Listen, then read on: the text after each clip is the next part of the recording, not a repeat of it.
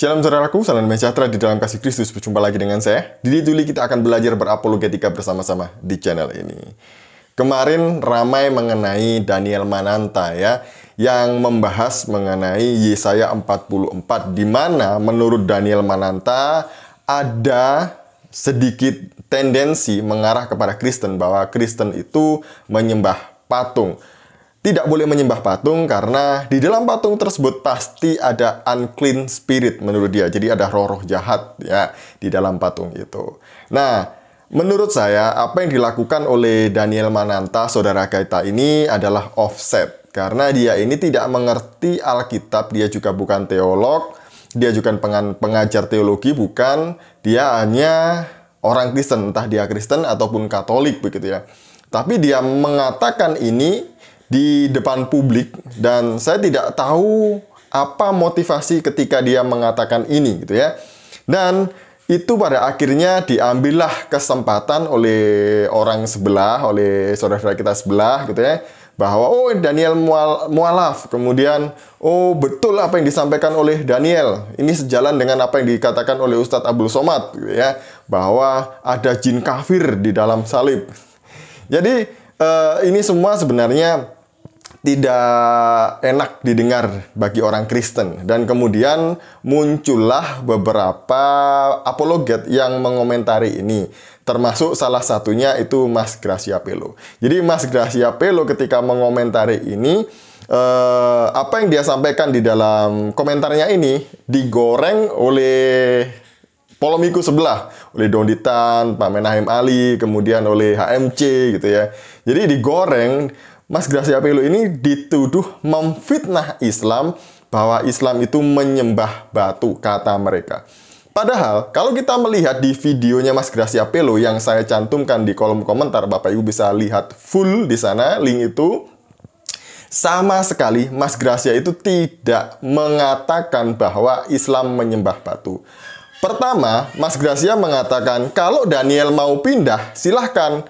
Mau menyembah batu, silahkan. Nah, mau menyembah batu, silahkan. Itu tidak ada kata Islam loh di dalamnya. Jadi menurut mereka, ini memfitnah Islam, bahwa Islam menyembah batu. Dan digoreng-goreng lah sampai mereka, sampai gosong sama mereka ini. Nah, kemudian di selanjutnya itu Mas Gracia menjelaskan mengenai konteks ayat ini. Nanti juga saya akan jelaskan mengenai konteks ayat yang dikutip oleh Daniel Mananta ini tadi. Dan di akhir video, agak terakhir lah ya, di agak terakhir itu Mas Gracia ini menampilkan sebuah video orang-orang naik haji, dan kemudian banyak orang Islam itu sembahyang di sana sambil sujud menghadap ke Ka'bah. Kemudian Mas Gracia tanya, ini kalimat pertanyaan loh ya, bukan pernyataan. Kalau dilihat dari YouTube-nya, ini pertanyaan Mas Gracia kepada Daniel Mananta. Coba Daniel Mananta, kamu tanya ke Ustadz Abdul Somad, kata Mas Gracia, apa yang dilakukan oleh orang Islam? Kenapa mereka ini beribadah 5 kali sehari sujud ke Ka'bah? Maksudnya menghadap ke Ka'bah. Apa yang dilakukan mereka itu? Nah, begitu. Tidak ada tendensi bahwa Mas Gracia ini memfitnah Islam. Karena ini kalimat pertanyaan loh, bukan pernyataan ataupun sindiran ataupun kesengajaan mengarah ke sana. Ya, mungkin Mas Gracia ini kan sudah diincar terus beberapa kali gitu ya. Kemarin terakhir juga sudah karena mereka kan sudah melaporkannya katanya. Dan ini terus diincar, pokoknya apa yang dikatakan dia salah di depan mereka.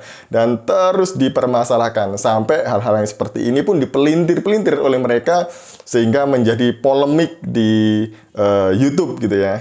Saya tidak tahu apa maksudnya mereka seperti itu ya. Kalau orang sudah terlanjur benci ya begitu itu yang dilakukannya.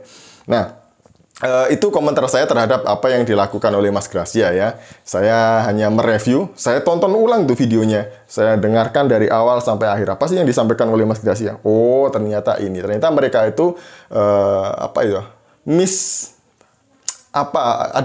istilahnya itu ya. Mereka itu tidak memahami secara benar kalimat yang disampaikan gitu ya. Ada kata-kata yang tidak seharusnya ada, ya ditambah-tambahkan begitu.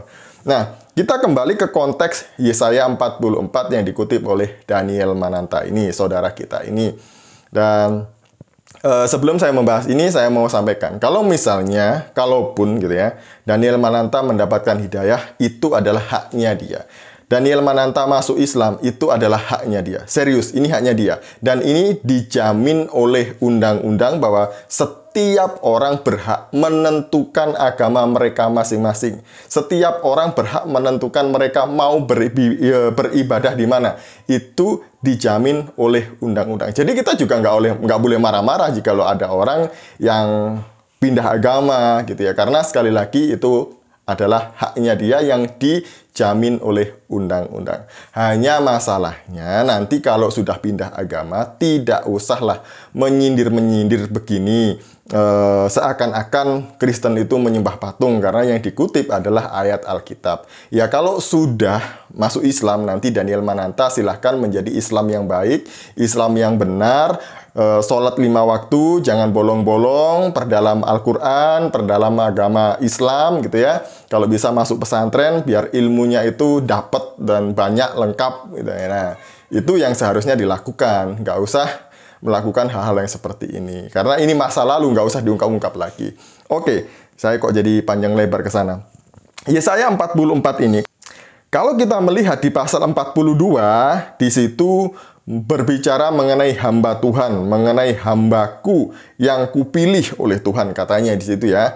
Ayat pertama, lihat itulah hambaku yang kupegang, orang pilihanku yang kepadanya aku berkenan. Aku telah menaruh rohku ke atasnya supaya ia menyatakan hukum kepada bangsa-bangsa. Kemudian ayat 43 di situ menyatakan bahwa pasal 43 bukan ayat. Allah adalah satu-satunya penebus. Kemudian lanjut di pasal 44, Tuhan satu-satunya Allah. Nah, Daniel Mananta rupanya tidak membaca sebelumnya, ayat sebelumnya di mana di sini Tuhan berbicara begini, ayat yang ke-6. Beginilah firman Tuhan, Raja dan Penebus Israel, Tuhan semesta alam. Akulah yang terdahulu dan akulah yang terkemudian, tidak ada Allah selain daripadaku. Siapakah seperti aku? Biarlah ia menyerukannya. Biarlah ia memberitahukannya dan membentangkannya kepadaku. Siapakah yang mengabarkan dari dahulu kala hal-hal yang akan datang? Apa yang akan tiba? Biarlah mereka memberitahukannya kepada kami. Janganlah gentar dan janganlah takut, sebab memang dari dahulu telah kukabarkan dan kuberitakan hal itu kepadamu. Kamulah saksi-saksiku. Adakah Allah lain selain daripadaku? Tidak ada. Gunung batu yang lain tidak ada ku kenal. Jadi ini perkataan Tuhan kepada orang Israel bahwa tidak ada Allah lain selain Dia. Kemudian konteks selanjutnya ayat 9 sampai bawah tadi itu yang dikutip oleh Daniel Mananta sampai ayat yang ke-20 itu konteksnya kemudian berubah.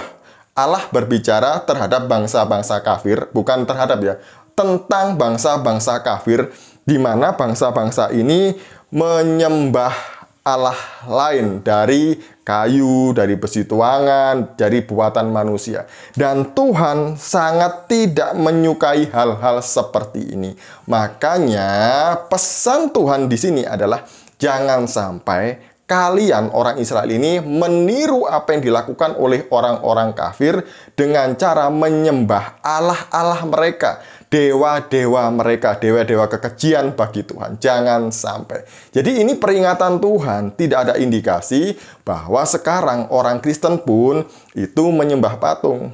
Tidak ada. Orang Katolik juga tidak menyembah patung, Kristen tidak pernah menyembah patung. Orang Ortodoks juga tidak menyembah patung gitu ya.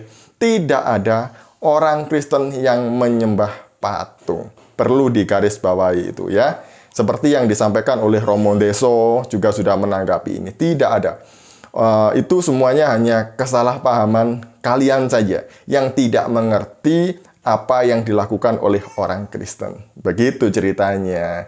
Jadi sekian dari saya. Semoga ini juga meluruskan anggapan-anggapan yang salah. Mungkin juga ada saudara kita yang tidak mengerti konteks ini dan kemudian bingung dengan apa yang disampaikan oleh Daniel Mananta.